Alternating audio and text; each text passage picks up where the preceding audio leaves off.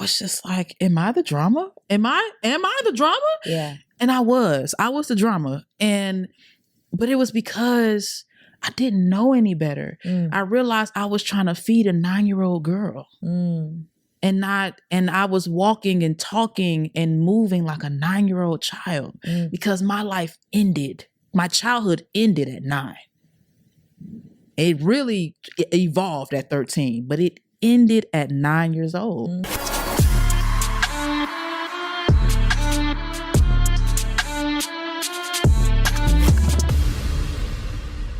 What's up, guys, and welcome to another episode of It's Giving. I am your host, Sarah Fontenot, and if you have not yet, please make sure below to click and get subscribed, share this video, like it, and also, can I just say, it helps us in the algorithm, okay?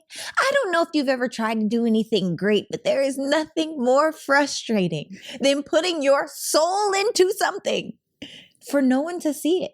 I don't know if it's just me. Anyway, I've been battling with this. YouTube has been kicking my behind, but thank you to those of you that are listening on audio. It means the world when you share this, like it. You know, someone might need to hear it. And today, we're just going to have some fun today. I am joined by an incredible woman. She is, first of all, she has a great eye for all things. She's actually the visual director with It's Giving. She helps out with the behind the scenes. She makes sure everyone is fresh. Not only that, she's a mother, okay? You would never know how many children she has or how old they are by the way she looks, because this girl is super fly. And on top of that, she's just an all-around incredible person. Can we please give it up for Aneesa? I love that intro. You know? I feel so honored to be on the It's Giving couch. I'm just so excited you're in front of the camera. Listen. Are you looking beat Period. to the gods, okay? Because it's giving. You got to give when you're on the It's Giving couch. It's giving. And you know what, Aneesa, you know the run of show. Yes. You know how we do things. So I am going to ask you the It's Giving question because you are on the It's Giving couch. Okay. I'm ready. If this season of your life were called It's Giving blank and you have to fill in the blank, what would it be called? And you have to say It's Giving. It's giving evolution. Ooh, break that down. So I had a real humbling moment with God over the last 3 months. Story of my life. Yeah. And I realized that I started to feel like I was owed a thing because I know I'm good at what I do.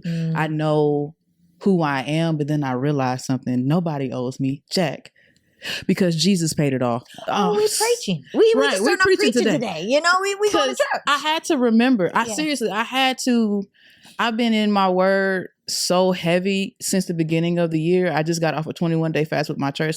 Shout out to Linked Up Church. We are absolutely an amazing ministry. And I realized that I was extremely entitled and I had a big ego and I was full of pride. Ooh.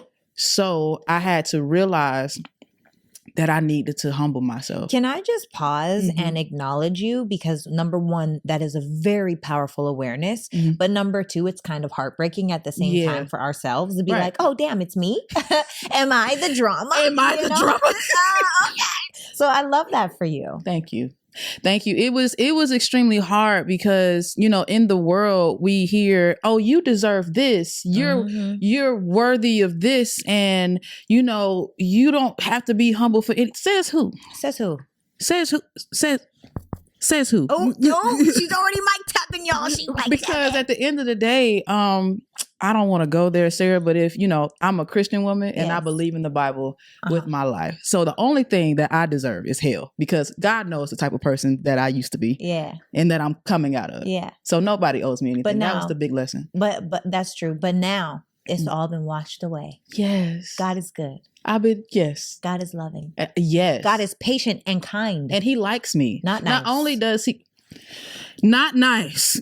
We don't do nice here. Nice. He's kind. Yeah. Okay, so speaking of kind and evolution and niceness, I'm excited because, the people have asked us to respond to some things.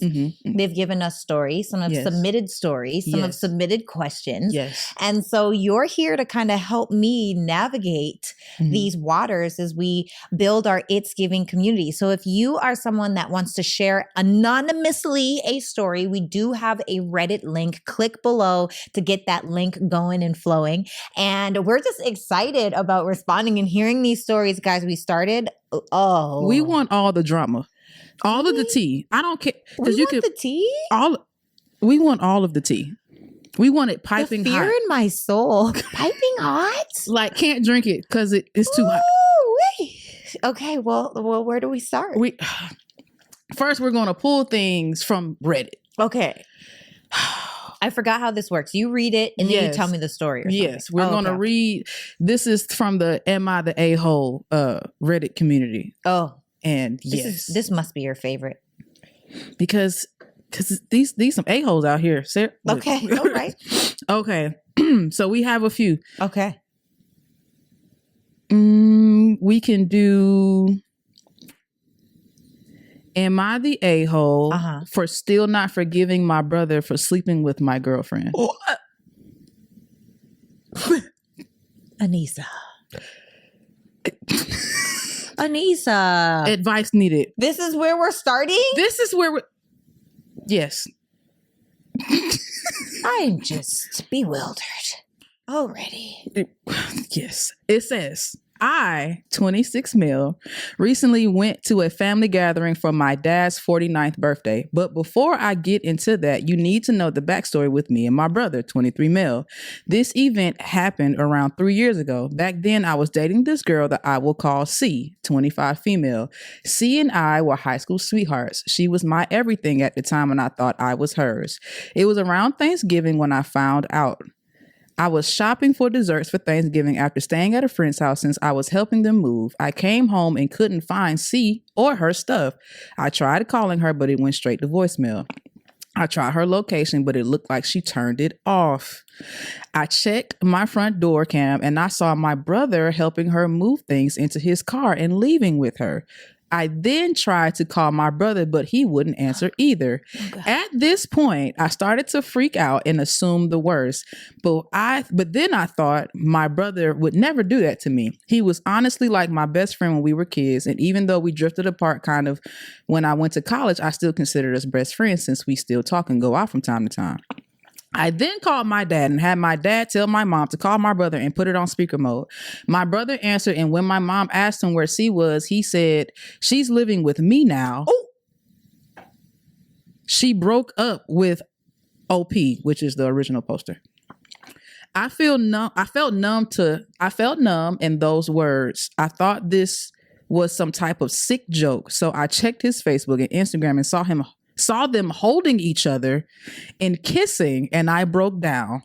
Why was C doing this to me was going through my head all night long.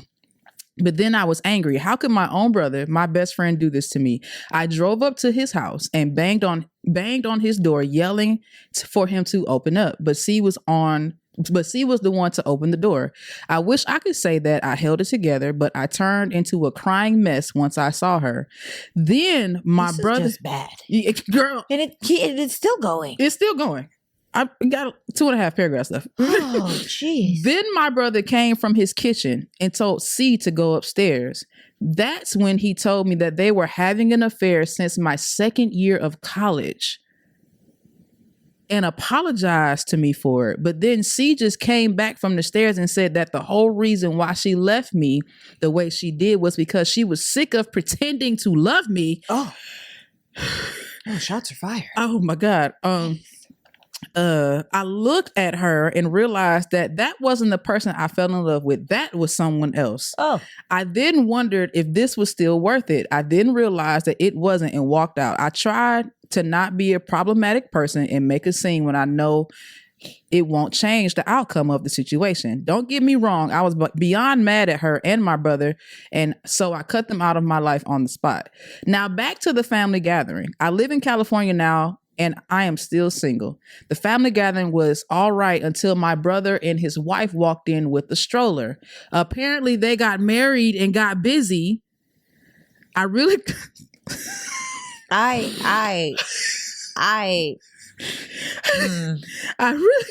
sorry. I really don't care anymore. I've been through enough therapy to know that I am not the problem. She is.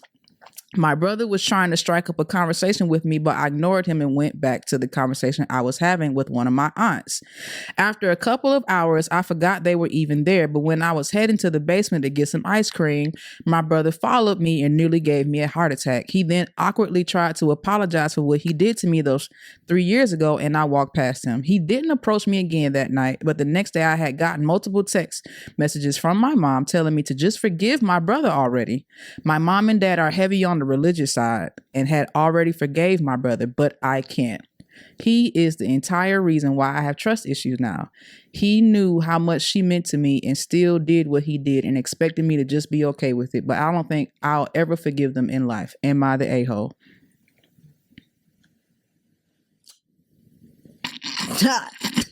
I respond to this? Yes. People responded to this? Yes. 1.3 1,300 comments. People? Yeah, 1,300 comments. Okay. First, my mind goes in 38 different directions. My first direction is homegirl chose. Let her be great. You know, the heart wants what the heart wants. That's the personally developed version side of me. Let her be great and let them have their like misery. The second part, like the really, you know, developed, educated side of me says, really and truly, you probably don't trust people because you don't trust yourself. And there were probably a lot of flags that you saw in that relationship where you broke trust with yourself by people pleasing and making her happy and putting her on this pedestal and behaving in a certain way. And that she displayed that she wasn't quite trustworthy, but you just didn't see it. And then low vibrational side of me is like, brother who? Where? Who is that? That's a corpse. That's a ghost. Somebody Casper. said, not the a-hole. You don't have a brother. You have a snake. Oh, dang. Yeah, it's giving Casper, not the friendly ghost. It's giving Patrick Swayze. It's giving you were a nice guy. Oh, not a good man. Do we need to talk about this? We should. Should we address the elephant in the room? Yes. Because I feel like we did that video about good man versus nice man. We did. And I said, I can't stand nice men. Right. But I don't think I did a very eloquent job of describing and defining the difference between a nice guy and a good guy. Yes. Let's do it. Shall we? Okay. You go ahead and you start. Okay. So, yeah, being nice.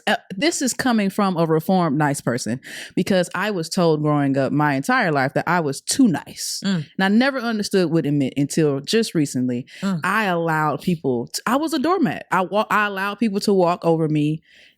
And it caused an inner torment within myself. I was two different people. The person that was in my head, which was the gangster that was like, you're not going to treat me like this, standing 10 toes down. But on the outside, I was goo. And then I realized I can't say the N-word, can I?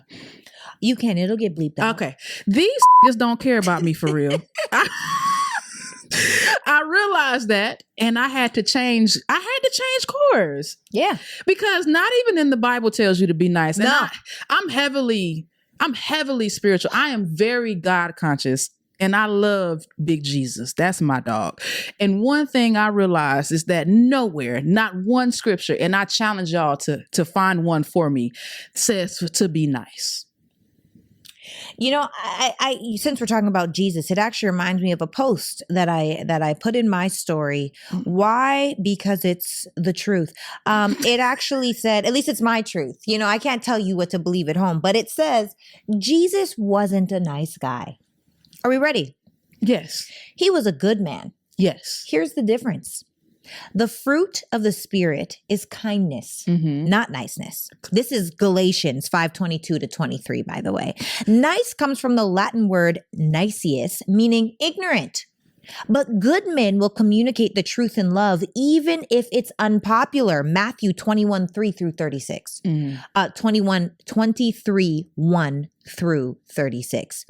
Good men don't run from being contentious if it's called upon by their moral virtue, meaning they're not people pleasers. People are like, there's a difference between a people pleaser and nice. No, there's not. There's not. Because a nice person, by definition, just using Google or using a regular dictionary says agreeable. But if you don't agree with something, why would you agree with something, right? Or willing to agree, being subtle inside of something. Sometimes it's not called to be subtle. Now, you can very kindly let people know what you're after or what it is according to your moral principle or your moral code or whatever that is, but you have to be able to speak up for what's important to you.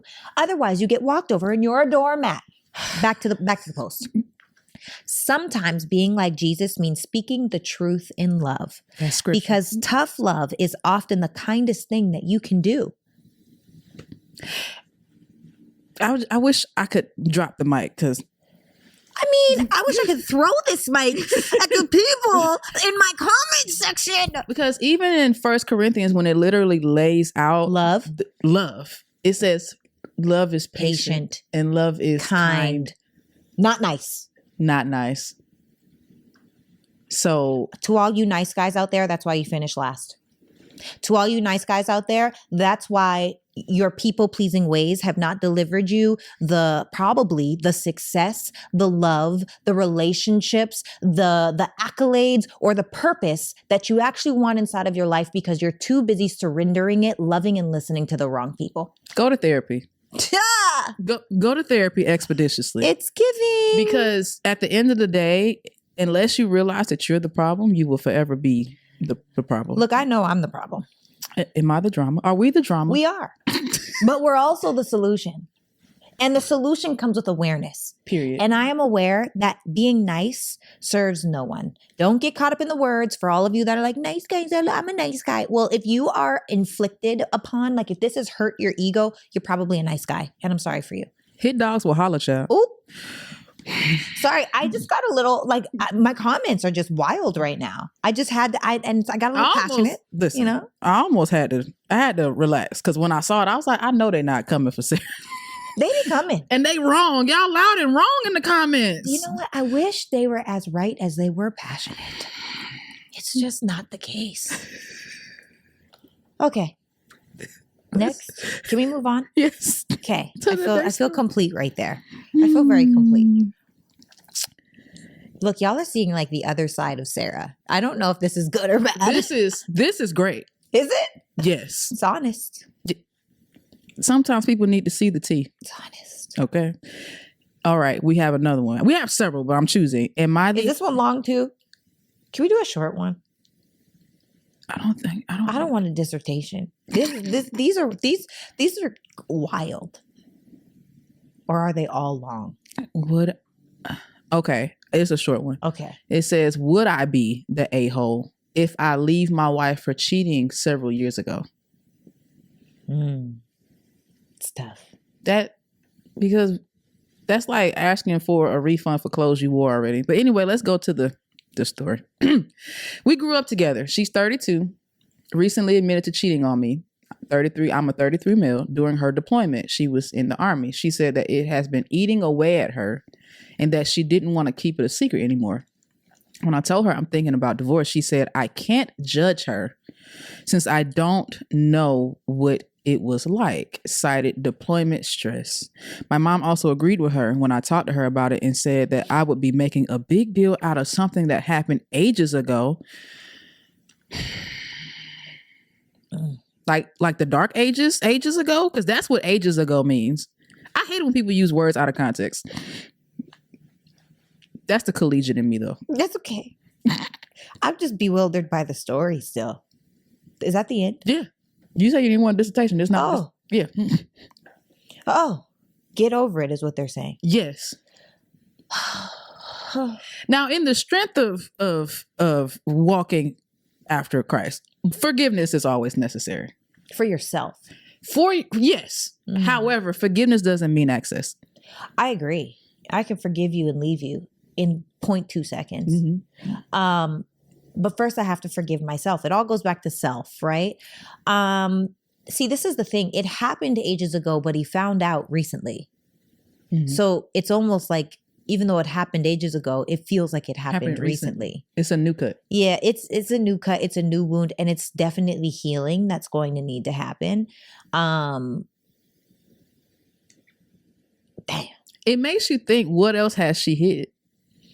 What else are you hiding from me? And are you still in the army? Do I have to deal with this every time you get deployed? Like, yeah, once you look, I feel like cheating, and this could be in any level of betrayal, right? Not even cheating, betrayal, because that's really what cheating is like shattering a glass and then putting it back together with glue. It will never be the same. Not to say that it can't be beautiful. I mean, there are some art pieces that are shattered pieces of glass. However, it will never be like it was before. And I just don't think that that's something that enough people weigh out. Good for her for being honest, but homegirl, good luck to you. I don't know the answer to that one. I don't know. I got nothing. I don't have it. What about people that have submitted to us? Do we have submissions? Yeah. Yes. I want to hear from our crew. And then I have another one. Oh. It's going to be a long one. No, I don't want a long one. Oh, Lord Jesus. Long ones, I'm scared of these long ones. They got too many details, loops and hooks and holes, and I'm scared. The long ones are wild. Ooh, okay. This is from the crew. This is right. Our crew. This is It's Giving.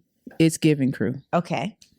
We have, why do women want to be chased instead of courted these days? Ooh. Because their thoughts. I'm sorry.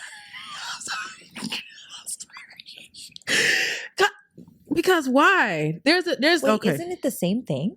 Isn't there chase inside of courtship? No. Because What's chasing, the difference? Because I feel like courting is agreed, an agreement. Like if I'm a man, exclusively or non-exclusively dating. No, because it makes me think about the old school cartoons when like the skunk was trying to get the other skunk. Yeah, Pepe Le Pew, him. Mm-hmm. Right. And he was chasing her and she clearly didn't want him. If you think, go back to the 90s, if you can clearly remember, she did not want him. I guess chase would suggest that one is running. Right. Away. Right. This isn't Tom and Jerry. Oh. Yeah. You know what? But okay, so this is my problem because I was just having this conversation about being pursued. Mm-hmm. And I was having this conversation with a friend and they were saying how, women need to initiate something. Like I need to see an initiation in order to feel like it makes sense for anything really to happen thereafter. And I'm like, that doesn't make any sense to me. It doesn't. I don't understand that. I'll let you know that the basket is open for you to shoot your shot, but I'm not going to make you go up to the court. Like, that's dumb. Yeah, I'm not going to come grab your hand and say, shoot this ball. Right. You should take your shot. Never. I feel like the difference between chasing and courting, like I feel like the only way a man is chasing me is if he wants me and I don't want him. Think about it. He's not my type. I don't really like you like that. Oh. And you're trying to convince me that I should. Ooh. All around sounds like a lose-lose. Yeah. You're wasting your time. Well, friend, can we call him by name? Yes. What is their handle? Soul Win for Christ. Oh, wow. What's up? Thank you. Aneesa is single. Holla. I'm just joking. Unless I'm not. And then, I mean, I am. That's not a lie, but yeah. Anywho, let's. Mm-hmm. I feel like being courted is an agreement, like a contract. Like a man comes to you and be like, "Hey, yeah, I am interested in pursuing you for marriage." Yeah, like whatever words that come after that, and you have to be like, "Okay, I'm down." Yeah, I agree. And then there's the pursuit that happens thereafter when there's genuine interest. I think I can understand that. I never thought of it as difference though, because I do feel as though a woman should be pursued, but Correct. There does have to be a mutual level of interest before one should pursue. Correct. which is separate from chasing. Correct. I'm now learning. Yes. Okay. Yes. Well, great. It's giving court these girls that like you for real. Court, not chase. We don't chase anything. That was a good question, Soul Win Jesus.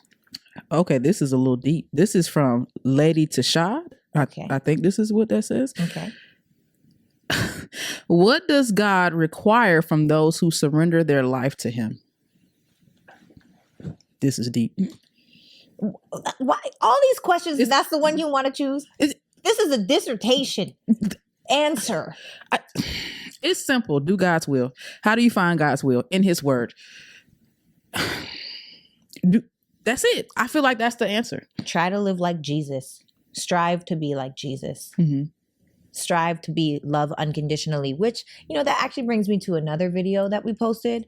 Well, I posted talking about how I absolutely do not believe in unconditional love. Absolutely not. It doesn't exist. We are not God. Not as humans. Mm-mm. Now, we can strive for it all we want, and people can try to give this esoteric, highly educated, highly developed human experience, but you still judge people, okay? And you're still biased, and you still have the things that make you have conditional love, because I believe that standards are important. But I think that we should all strive. Go for it. It's not existing in our humanism. It's impossible. It's almost like when people say forgive and forget. How? We have a brain with a memory. How can we? How? It's not possible. And depending how strong the feeling was, our brains literally fire and wire neurons that will help you to remember that feeling if that's what you focus on for the rest of your life. Mm-hmm. That's why they say people don't always remember what you say, but they always remember how you made them feel. Correct. Because I'm getting too scientific. Okay. Yeah, you went there. But it was because when you ask questions like that, there's not a simple answer. No. And the thing about it is, when it comes down to God, right, we have to remember that we're human. Like that, I think that's the problem with people in God, and why they struggle to believe who God is, who he says he is, because they try to put him in a box, not realizing that we're finite and we can't grasp the magnitude and the glory of God. No. And you know what else I think how arrogant, and it's so funny because people take parts of the Bible. Here we go. Uh-oh. People take parts of the Bible that are convenient for them, right? And so inside of that, even when you think of God, they say that we were made in God's image. Well, if God is everything, everywhere, omnipresent, which image? And if God is God, why do we put a he on him instead of a she, they, all? Oh, I got an answer for that. Oh, please tell me. Because I'm an up-and-coming apologist. So the reason why they use masculine pronouns is because back in those days, that's all they had. Agreed. There were no... But that also doesn't mean God is a he. He's all things. God is all things. Right. God is all images. God is God. And I think that for relativity and understanding, one of the things that we have to do is we have to create that relativity, up versus down, left versus right, whatever it may be, because it helps our brains to understand. But the truth is, like you said, there's no way to even almost fathom God, or universe, or time and space, or eternity, or any of the things that are absolute wonders in the world. And everyone swears that they know exactly what it is. But you want to know the only way to know whether or not, where you're going to go, how it's going to happen, or what, is to experience it. Or to die and go to eternity and figure out. But even though then you've experienced it. So, and then when you've experienced it, who knows what happens, right? And then whether it's reincarnation, whether it's not, whether it's our spirit goes to be with the other spirits, whether it's all for one spirit, whatever it may be, we don't know. But so many people speak so certainly on things they have no idea about. And it's just, it's really an interesting thing. I have a take on what you just said. Oh, please tell me. Sure. So when it comes down to, and this is based on the Christian religion, because that's the only thing that I swear to. So when it comes down to, hey, this is what's going to happen. And I really don't like it when people say that they know a thing, but don't know anything about the word. Yeah. They say that they know God, but they say that they love Jesus, but they don't like the Bible. That is the biggest oxymoron on the planet. Because if you think about it, let's take away what man did, right? Let's go back to the original text, the Hebrew, Aramaic, and the Greek, right? Jesus is the word made in flesh. That's what they say. That's what what's written. That's what's written, correct? Yes. And if you take all of the scrolls, right, and you put them together, that was the made word over was God, and the word was of God. Mm-hmm. If you take all of that, like when you take all of the scrolls, even the ones that were taken out, right? But how do you know? Have you read them? I have a Bible that has all of them. How? Impossible. That's not. I read it every day. No, impossible. Impossible for you to have all of them. And the only reason why I say impossible, let me not say impossible. What I know to be true is there are some things they don't want us to know. That's correct. And they were absolutely destroyed in the past. Some of the I think it was 33 letters that were taken. I don't remember the exact number. Don't quote me on that. But the ones that were taken out by the King James era, I have a Bible that has all of the ones that were taken out. But what about the ones that were taken out before the King James era? Or what about the ones that were taken out, way after the King James era? Like the Bible has been altered so many different times that it is almost impossible to say what the original looked like. And then when you go and you think about, the church, and you, I didn't even, I feel like this. Look, how much time we got? I don't know if we got time for this whole conversation. Lord Jesus. But going to the church, we gonna go there. Girl. The church is filled with imperfect people who think they're getting it right. Now, here's the thing. I don't trust a lot of churches. I've been going to my church for the past 10 years. Shout out to Link Up Church again. Because of the simple fact, a lot of people in the church are backbiters. Are what? Are backbiters? Backbiters. What does that mean? They stab you in the back. They're liars. They're manipulators. They're adulterers. They're human. Yes. But they try to act like they're not. And that's many people try. And that's the problem that I have. Like, it's one thing to say, I need to go to church because I know I am not a good person, or I know I have some flaws that I need to change, than to try to go into a church and act like you're not the person that you are. Yeah, I feel like there's much more of the prancing around as if you are perfect in a lot of different circumstances. And I think that that's why a lot of people shy away from the church, because it doesn't necessarily feel authentic. What I know is, though, I'm not here to speak on anyone, judge anyone, tell anyone how to have a relationship with God. All I know is my relationship with God. Period. And my relationship with God is so absolutely solid in the sense that I don't just know God, God knows me. And someone on this podcast once said, there's a difference between when you are praying to God and communicating with God and when you have relationship with God. That's so true. And I have relationship with God. And that's all that matters to me. It's a reciprocal relationship. Yes. And a lot of people, I know somebody that calls them professional churchgoers. Yeah. They're professional churchgoers. Yeah. They sin Monday through Saturday and they play holy on Sunday. And act like they don't. It's Sodom and Gomorrah Monday through Saturday. I said what I said. Okay, next question. I feel complete. Let's choose a good one. Not one that's going to take us into, the oblivion. Like... This is a good one that's not talking about God, because one of them says, what is love? And that just goes right back to where we were at. Yeah. A topic you should talk about is how anyone can find their purpose and monetize it. No, we don't talk about that on It's Giving. That's business chat. Oh. Oh. I love that question, though. Thank you to friend. What's the friend's name? V-Sharp23. Thank you, V-Sharp23. Well, the other one is... What is love? Some of them are cut off. Maybe you can send me the other one. Just swipe. I can't. The next picture. My bad. Wait.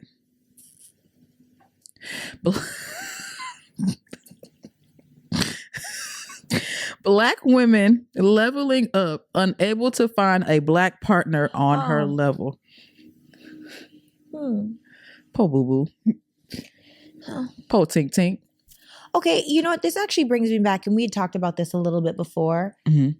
I really feel as though a lot of women, especially Black women, don't see the nuance, the essence, or the importance of stroking their man's ego. And one of the things that my mother taught me growing up always was never miss a chance to stroke your man's ego. We were just talking about this. Literally. And it's wild to me because we live in this world where a lot of women are like, I don't want to have to encourage him. I don't want to have to submit to him. Okay, well, go get you a girlfriend. You know what I mean? Go get you somebody else, because men, number one, want to feel needed. They want to feel like they're capable. And not to say that they don't already know that for themselves, but it's ingrained into me. It's so ingrained into me that I celebrate strangers. You know how I am. Man.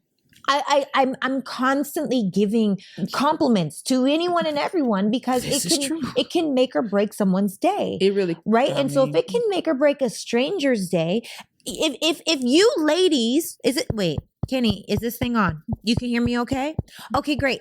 If you can submit to your boss at work, why can't you submit to your man? This is my question. These are the things that don't make any sense to me, because if you trust the leadership of your boss, why are you choosing a man that you don't trust his leadership? Because the truth of the matter is that man that is your boss at work was just put into a position based on someone that chose him to be there. Whose judgment do you trust more than your own? Why would you not trust your own judgment to choose your person as your man, to make him that way, to follow his leadership? Because they want to be the leader. Anybody who has a problem with submitting to a man that they chose is because that they wanted to be the leader. No, I think it's because they're looking for comfort instead of compatibility. Then buy a puppy. Girl, get a kitten. They're cute. I have one. You have a kitten? I have a cat and a dog.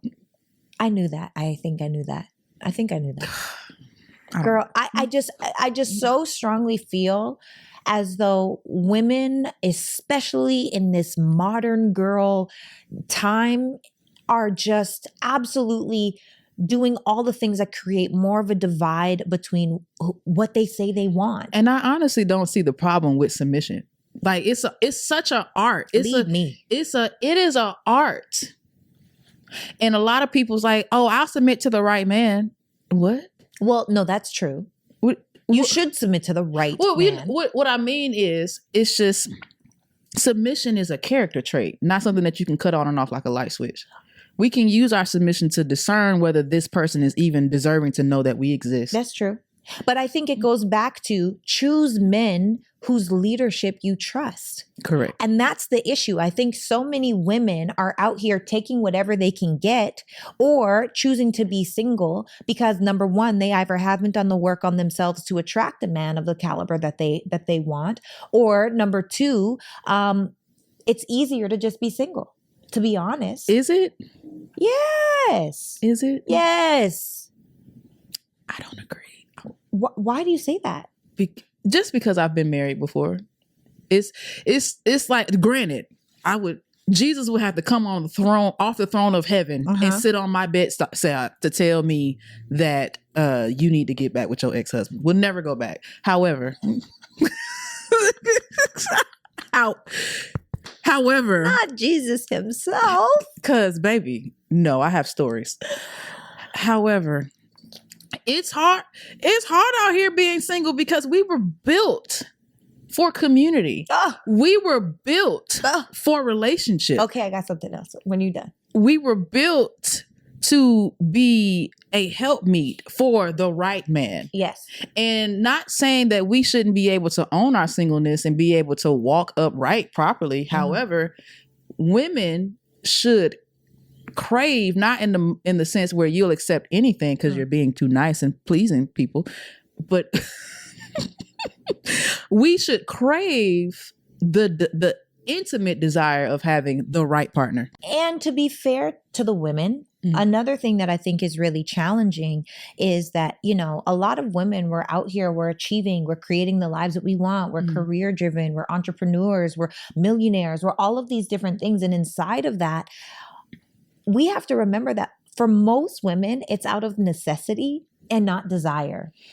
And so oftentimes I do feel like men do possibly get an opportunity to allow women to have that grace period from them shifting from being a little more masculine to not, because the world makes us that way. And I do feel like, men will say, well, why should I have to wait for you to be feminine in order for me to XYZ? Well, the thing about it is, and they're like, well, what if I showed out to be more feminine first and I had to learn to be more masculine? Well, the difference for me is that, yeah, I have heard that. The difference is, the world makes you masculine naturally because achievement, goals, going after something, that is more of a masculine trait, right? And so if you are out here paying your own bills, providing for children, doing the deal, building a business, all of these things, yes, it's great to be able to come home and take off your armor. But if you haven't mastered that, men have compassion for that woman who wants to be soft, but the world has spent so long making her hard that it just might take a little bit of time as well. Or are you not masculine enough for her to feel safe to be soft with you? Oh, damn. Because naturally at our core, we're soft. Oh, it's innate. Right. So if I'm with a man and I feel like I can't take my hair down or take off my armor, as you say, yeah, and I still have to be this it's because I don't trust you. Yeah. I don't trust you with my femininity. I don't believe that you will nurture it properly. Yeah. And ultimately, you're not a person that I see permanent in my life. Because if I can't be feminine and soft with you on a regular basis, then you're not it. Your masculinity should be so strong where it automatically draws that out of me. Because you're right. Being in the world of business, we have to be masculine. Yeah. Because people walk all over us. Yeah. They'll see us and they be like, oh, we can have, no, you can't. No. We're about business. Period. So we have to hone into a character that was never meant for us, which is being a provider. Yeah. Being a hunter for a thing. And I don't want to do that. Right. I'm telling you, for the right one, I will drop it all. You understand me? Oh, I definitely do. And you know what? That actually brings up another thought, because I feel like women are almost, I don't even know. It's like people want to villainize how women now are being vocal about a soft life. But soft life is natural to feminine energy. If you want a woman to be in her feminine flow and love and creative and sexual and sensual and all of these different things, soft. That is a soft life. Right? That's people. Wait, yeah. I'm so confused. Yeah, I mean, we have a problem with this now? People have a problem with everything. Apparently, they have a problem with the word. They can't even look up the definition of nice. Okay, people got a problem with women being masculine, but then you also got a problem with us being damned soft. If you do, damned Listen, if you don't. Pick one. Pick a struggle. Pick your heart, because it's gonna be hard regardless. Pick a struggle. Let's go to because child, I don't got time. Okay, we got time, but I don't got time for that. Staying in a toxic relationship because you're afraid of starting over. Oh.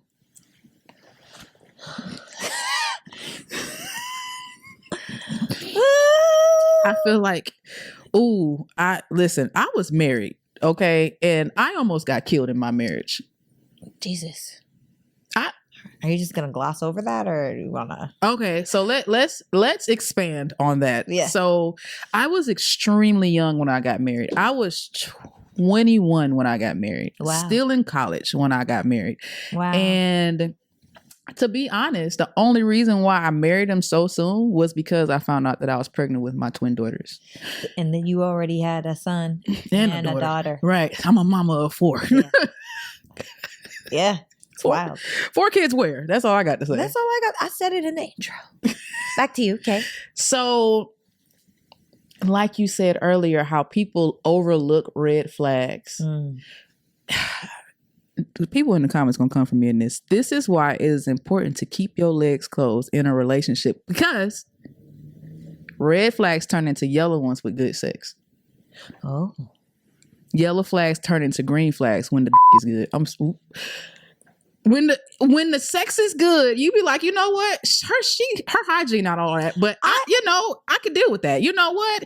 He got a little temper, but it's cool because he's breaking my back on a regular basis, and I like that. He makes me do the things. And no, babe. Now I understand how hard it is to be abstinent, because we live in a world where lust is amplified. Sex is everywhere. It sells. It's all in our faces. Of course.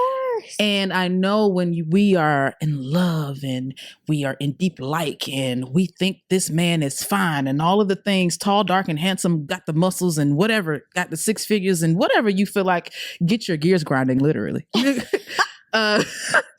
We just want to express ourselves in what comes most natural. However, it takes time to learn who we're dealing with.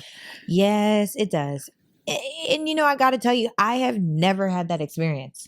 What do you mean? I have never been with a man that was just so I don't even think I'm capable of that. I don't think that's in my cards. Like if a man is just so good sexually that I just overlook everything. I don't. Girl, you better than maybe me. Maybe it's my own level of self-preservation. It's probably that, but there's nothing inside of me is like, oh yeah, this is so good, I'm gonna overlook your toxic self. No, that's not my story.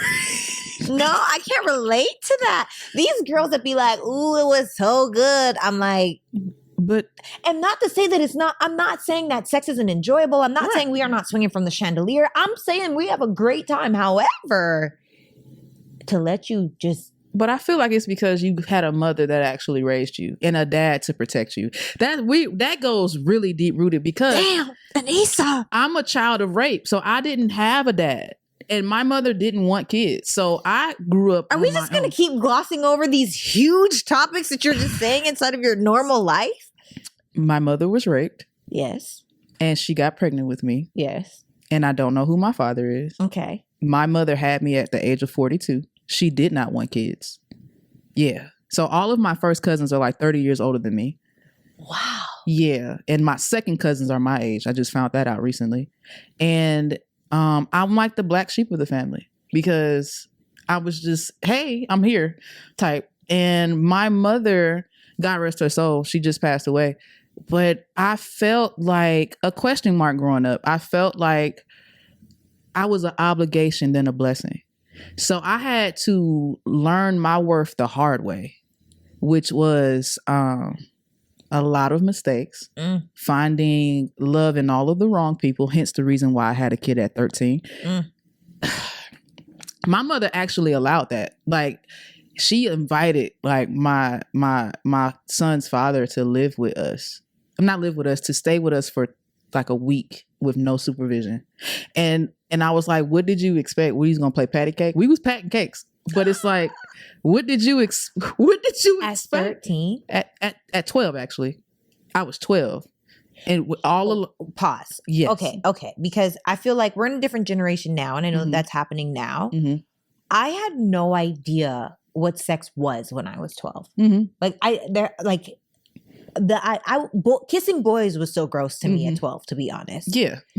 How did you learn how did you even know do you really want to know the story? Yes, because there are women right now dealing with kids. So what happened was I moved. So I'm originally from Atlanta. I'm an ATL baby, Crawford Long baby to be specific.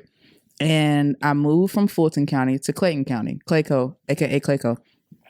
And literally, not the first weekend, but the next weekend, I met a girl who convinced me that it was fun. That sex was fun. Yes. You met a girl who was older than you? She was a year older than me. So she was a 13-year-old that knew about sex and told you that it's fun. And how did she tell you that? What did she say? What are these words that come out of a 13-year-old's mouth about how sex is fun? Literally, God, you making me go back into the vault. Okay, literally, she was like, come on, Aneesa, it's fun. What does that mean? I don't know, but I found out quickly. Okay, so she told you, take the P and put it in the V. Yeah, it's fun. That's literally what her words were. No other explanation. And because... How did you even figure it out? I didn't. I let whoever... I figured, after a while, you do it once or twice, you kind of just get the ropes of it. No, but how did you... I think about when I was in my... I'm lying to you. Oh, okay. I was a lot younger. I'm kind of... Oh, Lord. You were younger the first time you had sex? I was. Than 12? I got pregnant at 12. I got pregnant at 12. This is so honest. Okay, rewind. So you had sex at what age? I was 9. You were 9? I was 9 when I lost my virginity. Aneesa, how does this happen? How did this happen? Was it a young person? Yeah. He was like maybe a couple months older than me. We was in the same grade. Y'all were both 9. Yes.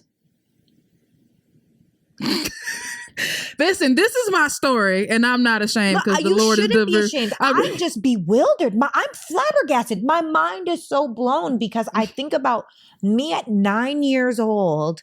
I was going to dance class. Okay, so let's break this down, right? I grew up in a house with a woman who I felt didn't love me. And I had nobody else. It was just my mother. Like, my grandmother was there, but my grandmother was a slave. Like, she hated white people. Like, and all I heard was my mother and my grandmother argue my whole life. And my mother could not talk to me. She always yelled and cussed at me. And it was, ooh, okay, Q-tips over there. Okay. Don't cry, because I'll cry. When you have a mother that doesn't know how to nurture you.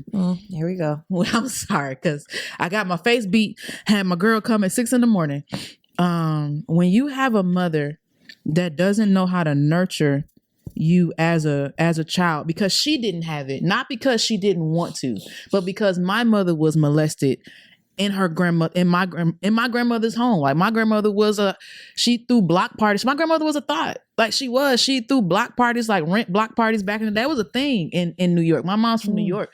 And like, my mother was molested by our family members, by my grandmother's friends. She never wanted kids. She moved out of my grandmother's house when she was 15 because with my Aunt Eloise, because it was just so bad. So I didn't realize why. My mom kind of like was bitter towards my grandmother, because she was like, you allowed this to happen, and then like you go get saved, and it's like you just want me to forgive you, but we never dealt with the trauma. And then my mother experiences trauma and getting pregnant with me, and then I got the audacity to not look like her. I look just like whomever hurt her. I look nothing like my mom. I look like nobody in my family. Hence why I feel like I'm the black sheep. So like, when you have a mom that doesn't know how to be a mom because she didn't have a mom, and my grandmother this is literally what generational trauma is. I was looking for the void, not realizing that I was setting myself up for failure. I thought that this was okay. And of course, like, my mom was like, she tried to, oh, you're beautiful. And I was bullied too. Let's not even get into the fact how I was bullied for having full lips, for having a deeper voice, for having a full nose, everything that people try to go get surgery for, which is the most crazy thing to me. Yeah, for sure. I was broken since I can't even think back. And now that I'm in this healing process, trying to figure out who I am in Christ and heal all of those, I see all of the brokenness, and it broke me down like 2 weeks ago. And I was like, oh my God, like, I'm more jacked up than I realized. Right. But I had to give my mom grace because I can't fault somebody for not knowing how to love me. Especially if it's my mom. Like, that's my mom. And also, you can't fault somebody for not knowing how to love you if they've never known how to love themselves. Woo!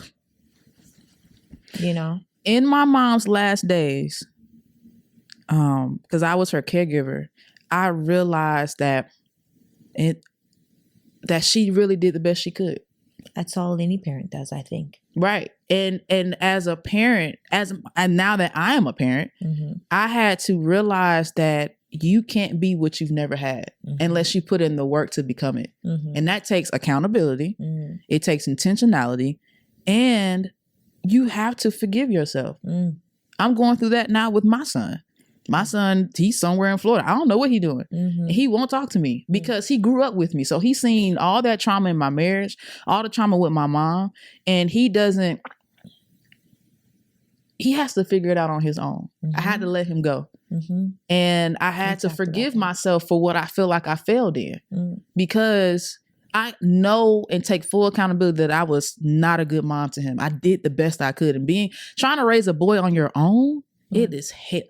So it is hell. So to rewind, and number one, thank you for sharing so transparently. I feel like we're done with questions. You might just put this away and just have a conversation.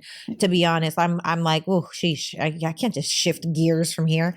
But I guess my question would be, what would be your word of advice to mothers that have young children that are 8 or 9 or 10 or 11? Because there are kids that are having sex in bathrooms, and there are children that are learning about the birds and the bees at a very young age and are not learning boundaries and may not have, a parent style where like they notice. Like not every parent notices because they're trying to keep the lights on, because they have 3 jobs, because they are dealing with themselves, because maybe they don't know how to love. Whatever the reason is why a child may feel neglected or abandoned, or like no one really loves me, let me go find it somewhere else. What would you say? How does that happen? Well, for me, see, I was a very slick child. Like my mother would have never, I hid my whole pregnancy when I was 12, 13 years old, because my mother was terrifying. I did not tell her. My mom didn't find out that I was pregnant until I was 9 months pregnant. Like literally the whole. How did she not see that you because were I didn't grow up. It just looked like I was getting bigger. I didn't like round out up the top. I don't understand. So let me help you. I think I may be wrong, because I told this story before on my TikTok. I think it's because I didn't take prenatal vitamins or anything. Like I didn't get the proper nutrients to feed my son on the inside of me. The only reason why my mom found out that I was pregnant is because my feet couldn't fit in my church shoes. And and to answer your question, right? I feel like if my mom didn't reject me so much, like I used to come to my mom all the time to try to spend time with her. I tried to like play games and watch TV and just talk. Like my mom just didn't. Granted, I had a younger brother that had cerebral palsy. So she was working double time, right? She had 2 kids and she didn't want any? No, well, my brother, she didn't want me to notice, but she adopted my brother. But he had cerebral palsy and she didn't expect that, but she didn't want to throw him away. You know what I mean? So like it was her life's mission to take care of him. And when he died 3 months before I had my son, whatever mom I had was gone. My mother was it. So what does that mean? Gone as in? Like whatever parental figure I felt like I had in my life, it was out the window. My mom was grieving the loss of her child. She was out of it. She couldn't even sleep in her room. So it's just like, I feel like my mother didn't know how to communicate with me properly. So like with my daughters, because I have 3 daughters, I talk to them. And, I don't reject them when they want to give me a hug. Sometimes, Naomi, my oldest daughter, she's 14. She'll be like, beautiful. Thank you. She'll be like, every 20 minutes, she's trying to give me a hug. And I'll be like, girl, I just gave you. But then I thought about it, like, no, let me give her this. She needs to feel this, spending time with your children and being intentional about like what they're giving themselves to. Like I was watching Jerry Springer, the Maury Povich show, the Steve Wilkos shows. I was watching Cheaters. I was watching stuff I had no business watching. And I'm feeding my spirit negativity, sex, and debauchery. Right? And my mother, like, I don't think she knew, to be honest. I honestly don't think she knew. But also, she wasn't diligent in checking behind me. Because I was a straight A student. I was the kid that you would have never had thought, because I'm so smart, but I used that intelligence to be crafty. I was very prudent. I was very slick. I could get away with almost anything. And like when she found out, like literally, I think I had my son maybe 3 days later. I heard her in tears. Like I heard her crying because she was heartbroken. You know what I mean? Like her 13-year-old baby is about to have a baby. Like, what do you mean? And when I got to the hospital, my blood pressure was like 285 over 120 something. Like I could have died any minute. Like the doctor was like, we don't understand how you're not dead. We don't get it. We don't understand it. And also, like, my mother, she didn't like, a lot of parents are like, oh, we're not supposed to be our kids' friends. And I agree to a certain extent, right? My mom is my very best friend. Yeah. Now. You see what I'm saying? When I was young, I went crazy in my teens a little bit. Like my mom always says, female teenagers, it's like they're possessed. Something just happens and I ran away from home twice. Yeah. I jumped out the 2-story window. Like I was the black sheep inside of my family, but my bad don't have nothing on American bad. Man. Like it's just a I had 2 kids before I turned 18. Yeah. I got pregnant again. Yeah. And my mom was like, what? With a different person? No, with the same. No, my older 2 got the same dad. Okay. And what pissed me off about my mother was how she did things behind my back, like I wasn't like deserving to know.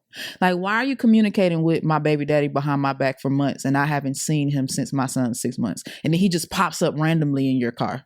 I'm walking from track practice. I still was allowed to be a kid and have a normal life. But like, why are you doing this? And why are you letting him live with us? Like, you don't talk to us about this. You don't talk to me about it. Because at the end of the day, he had a kid with me, not you. Like, and then you got mad when the same thing happened again. Don't do that. Like, listen, teenagers, kids, like when they get 12, 13, like they are hormonal demons. Like they. Like, I was a hormonal demon. So like my daughter, for instance, I took her phone. Because she was wilding out with that phone. Which one? My oldest daughter, okay. Naomi. She's 14. She just turned 14 on the 1st of January.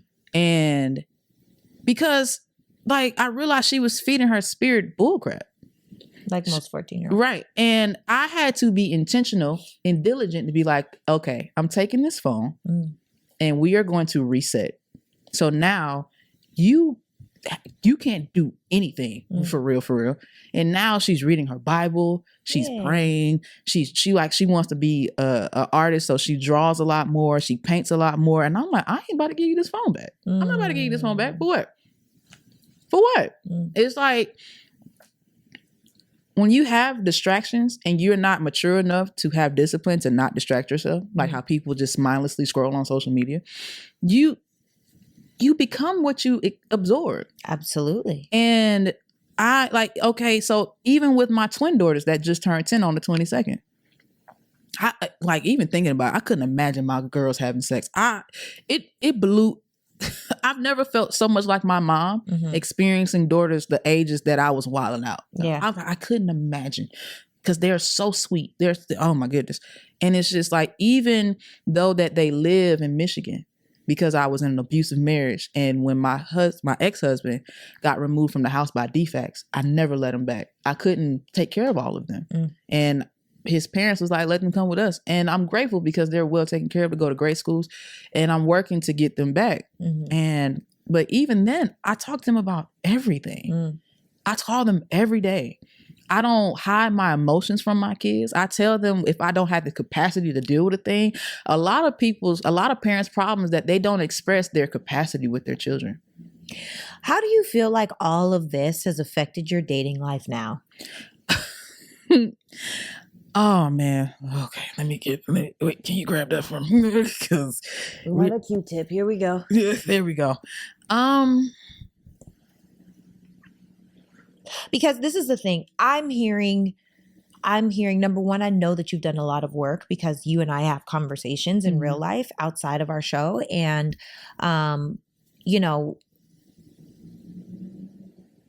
there's so much that you are just glossing over like it's normal. Like you're literally saying things like, from the beginning, I am a byproduct of rape. Mm-hmm.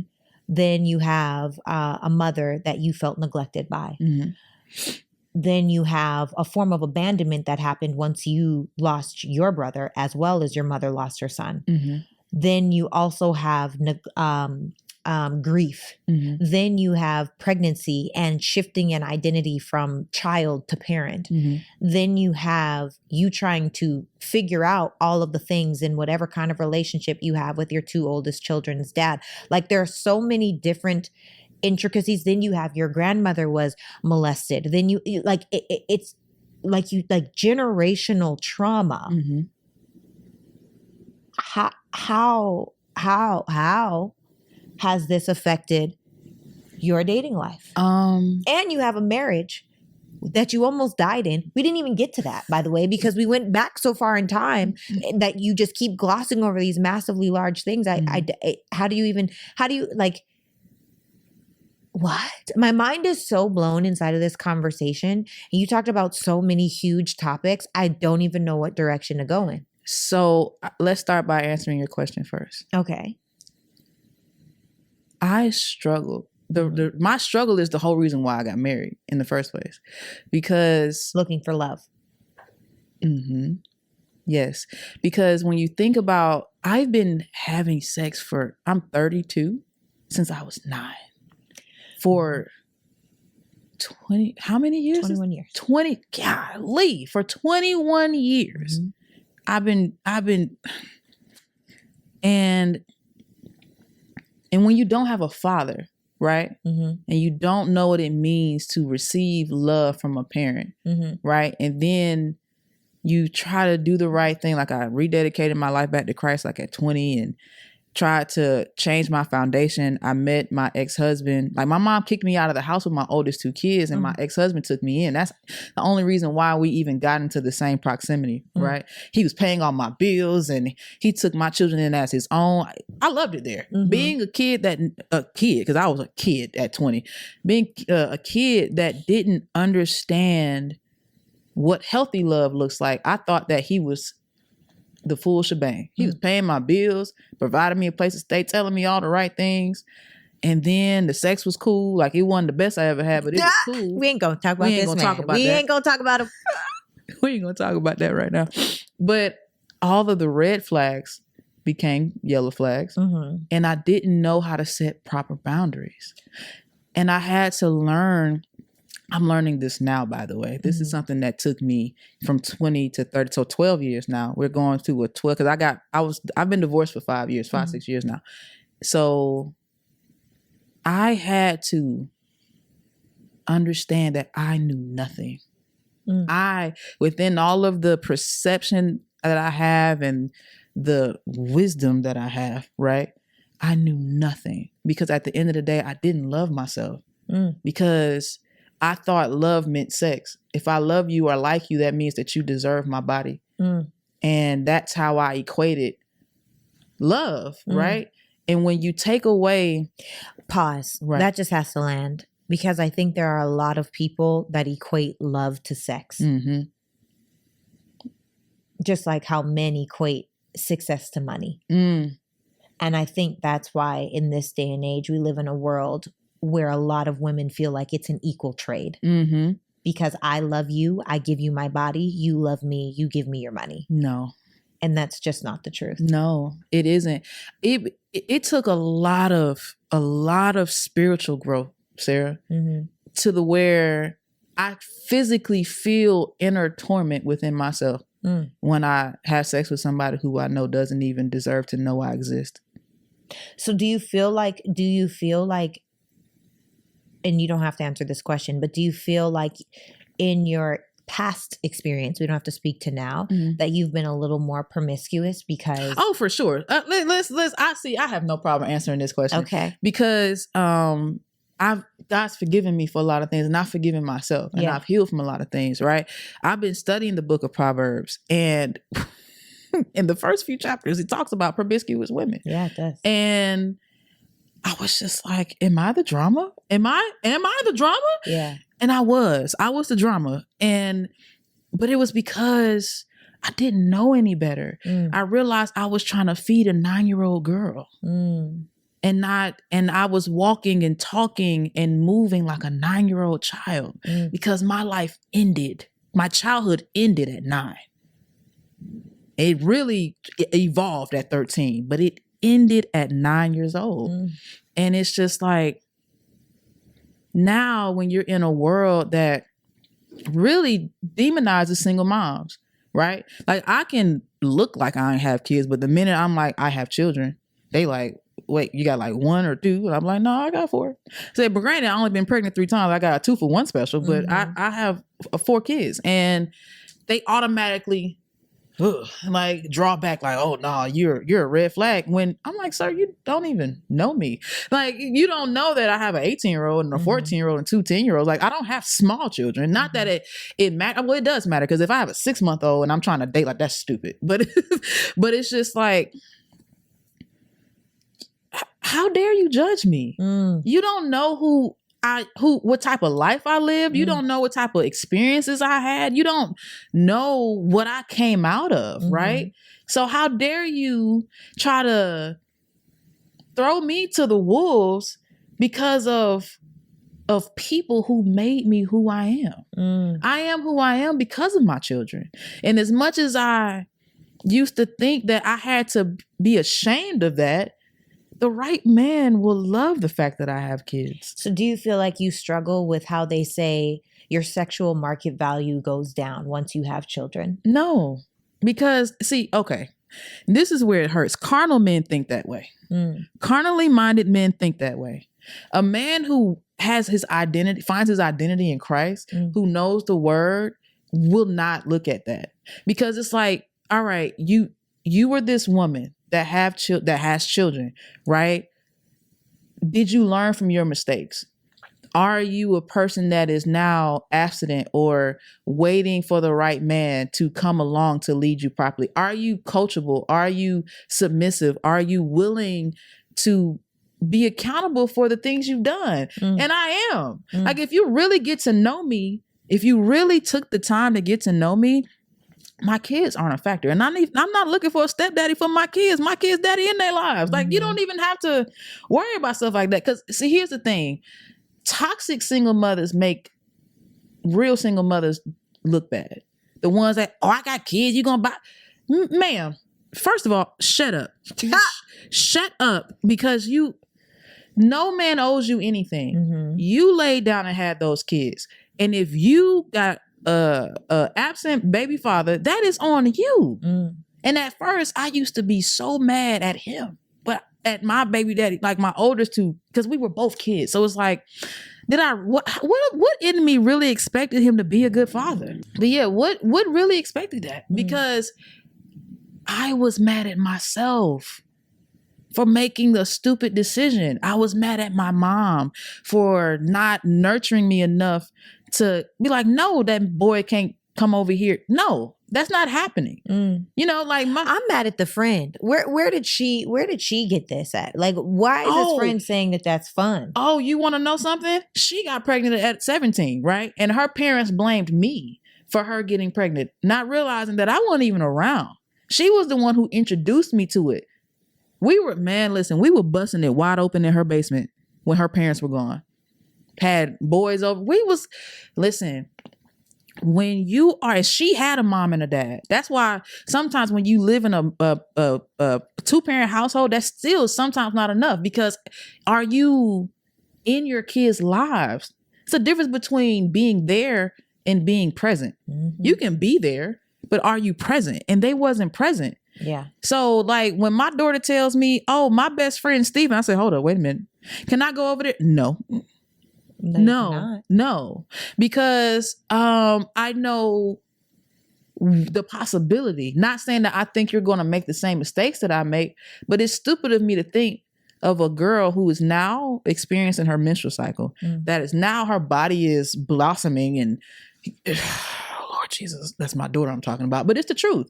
Like she's blossoming into a young woman. It would be dumb of me to think that boys don't like her. And I told her, I was like, Naomi, no.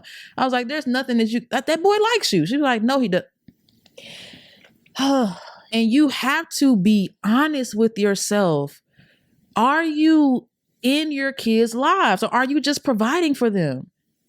Are you just making sure that they have clothes on their back, a roof over their head, food to eat and water to drink? Or do you know if they're being bullied at school? Do you know what their insecurities are? Do you know what makes them cry? Do you know if they're having any struggles? Like, I realized that my daughter went from this girl who loved pink and all this stuff, and now she's all in black and wearing, I'm like, what's changing? But you notice. You know what I mean? Because I absolutely refuse for history to repeat itself.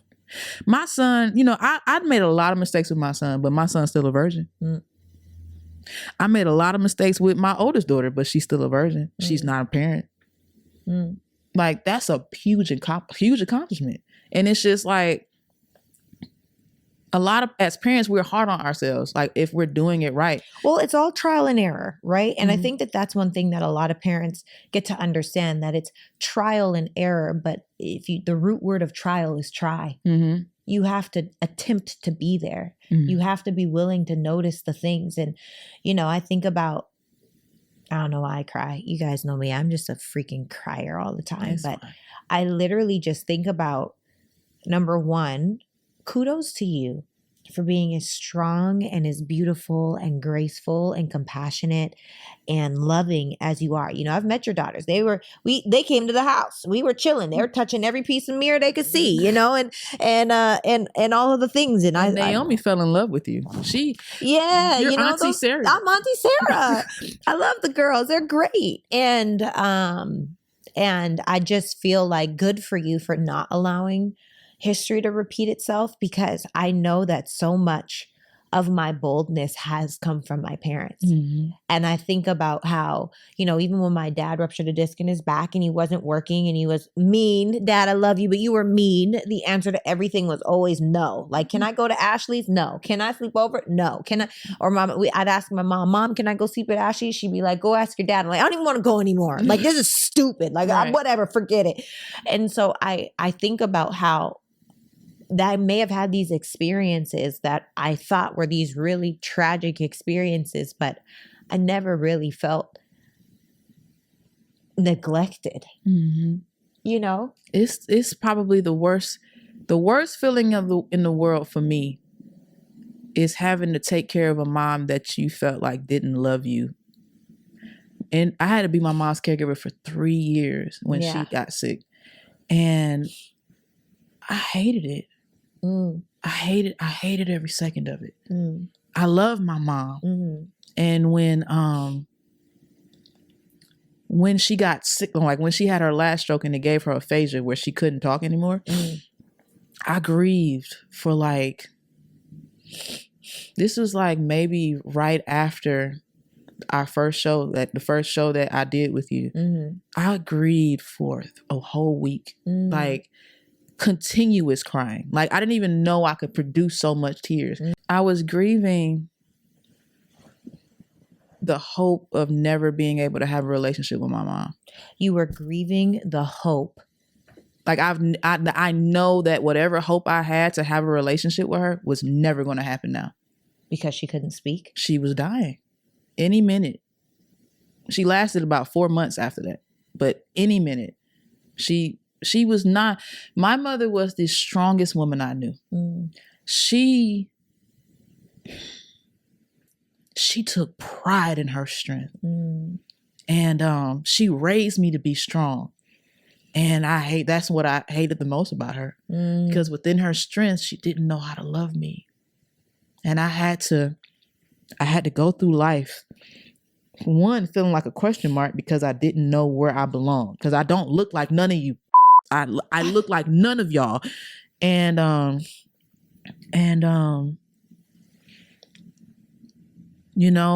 told my mom, like, when she was like in her bed, I was like, Mom, I just want you to be proud of me. She's like, what makes you think I'm not proud of you? You never told me. What do you mean? I've never heard you say those words. And I'm a person where I need to hear them. I need to hear. I can count on my one hand how many times I heard my mom tell me she loves me. I've never heard my mom tell me she loves me more than 5 times. I could promise you. I could put that on everything I love. I've never heard that. And then when I realized that the end was coming, the only thing I wanted to do was love on her. Like I would it's all over my TikTok if you want to, like, I would sing to my mom. I would, I had a friend that helped me like bathe her and stuff before she got on hospice. So glory to God for him.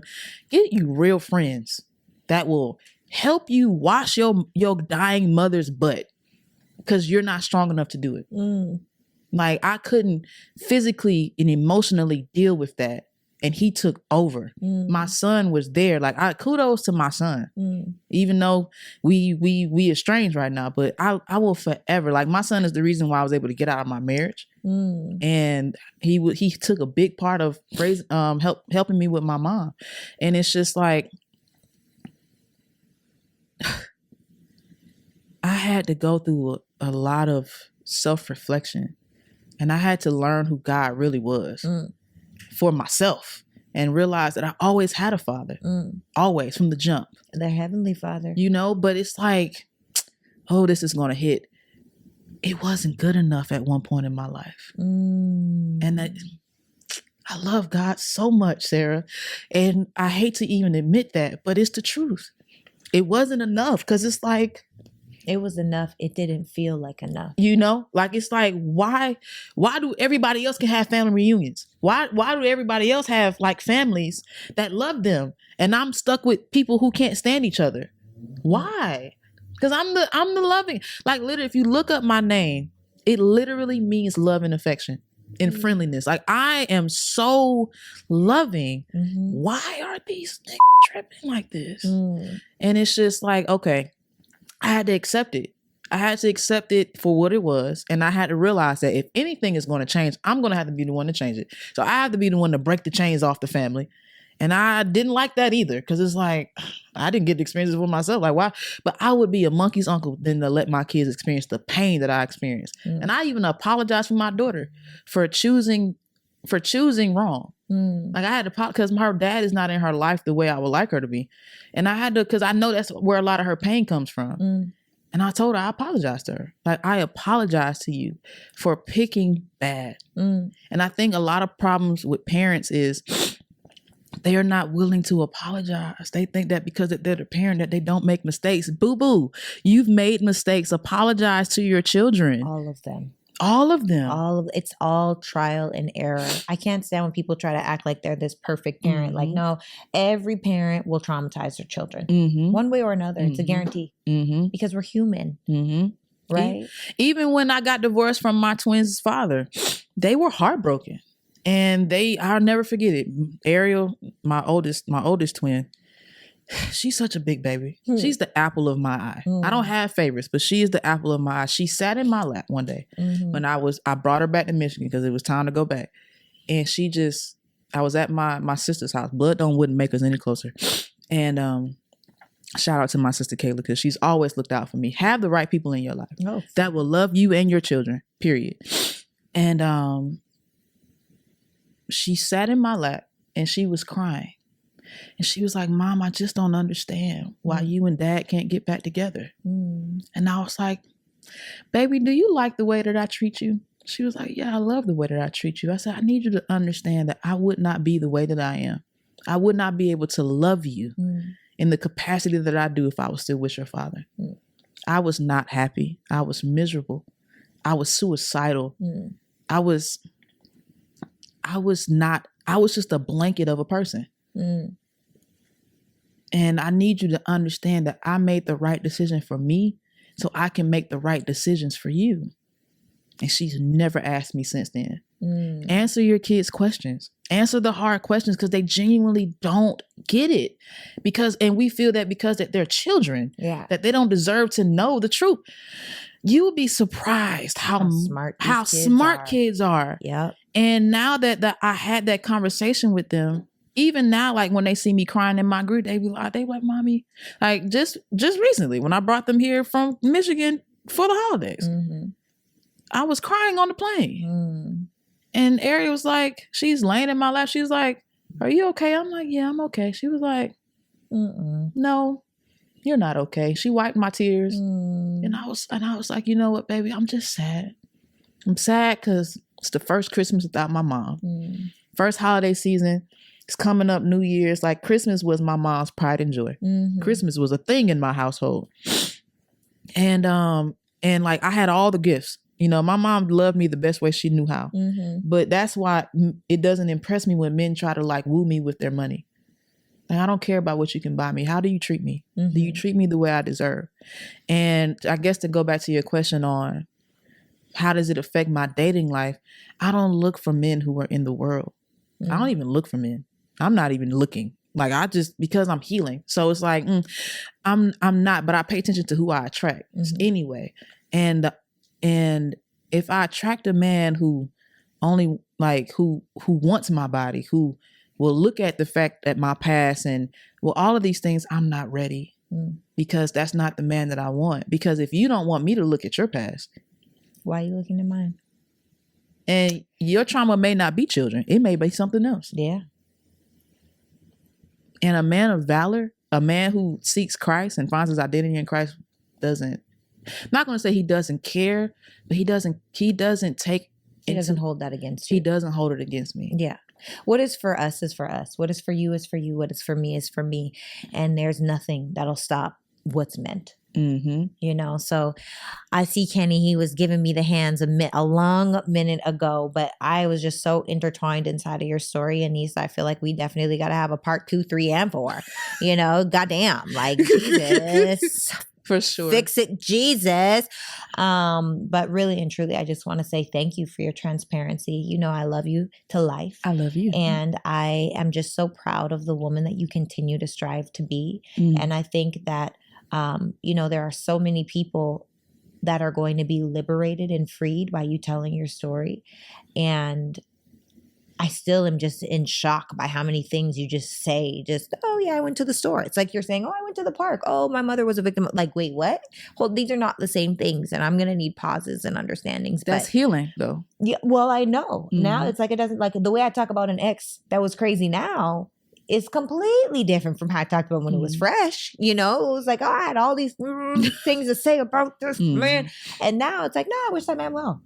Yeah. I hope I hope he's happy. I hope he's loved. I hope he's, you know, because I don't have any feeling towards it anymore. There's no residue, no dirty residue. And so I'm just proud of you. We gonna have you back. You know, we about to be reading these questions to the It's Giving community. Guys, make sure to click the link below. If you want to submit a story, any of the ones like Aneesa, because this was a freeing conversation. Do you feel free, Kenny? Golly, sheesh. But yes, thank you so much for coming today. We'll absolutely have to bring you back. And thank you guys so much. If you were tuned in today, make sure to hit that subscribe button, share this with a friend, like, follow, all of the good things. And if no one has told you today, you are freaking phenomenal. Bomb.com, and nothing can stop you but you got to do something about it. Love you guys. Bye.